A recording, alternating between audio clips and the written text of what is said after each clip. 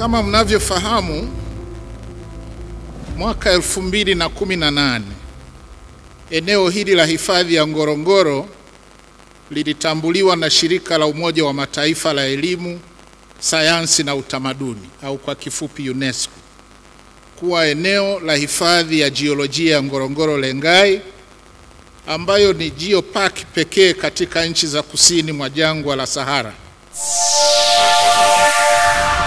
Eneo ni halmashauri ya wilaya ya Karatu, yalipo makao makuu ya eneo la mamlaka ya hifadhi ya Ngorongoro.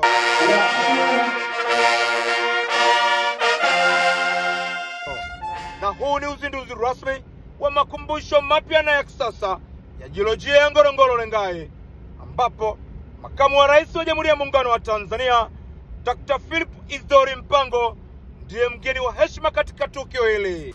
Na hivyo kwa kushirikiana na serikali ya watu wa China, tumeweza kujenga makumbusho haya ya kisasa pamoja na kuboresha uhifadhi na huduma za utalii katika eneo la hifadhi ya Ngorongoro na maeneo mengine ya hifadhi ya jiolojia ya Ngorongoro Lengai. Last year marked the 60th anniversary of the diplomatic relations between our two countries, and also the year of culture and tourism.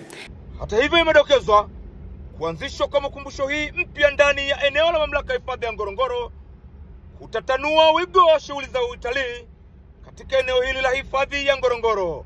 Na huyu hapa ni Dr. Balozi Pindichana, Waziri wa Maliasili na Utalii. Tumeweza kukamilisha ujenzi wa miundombinu ya uhifadhi na utalii kwa kujenga makumbusho yenye miundombinu ya kisasa Karatu, Arusha, hapa inayoitwa Ngorongoro Lengai Global Geopark, kujenga vivutio vya taarifa na kumbukumbu katika maeneo ya Mbua Maji, Kigamboni, kitakachotafsiriwa na historia ya miji ya kale ya pwani na Afrika Mashariki, Information Center and Mini Museum.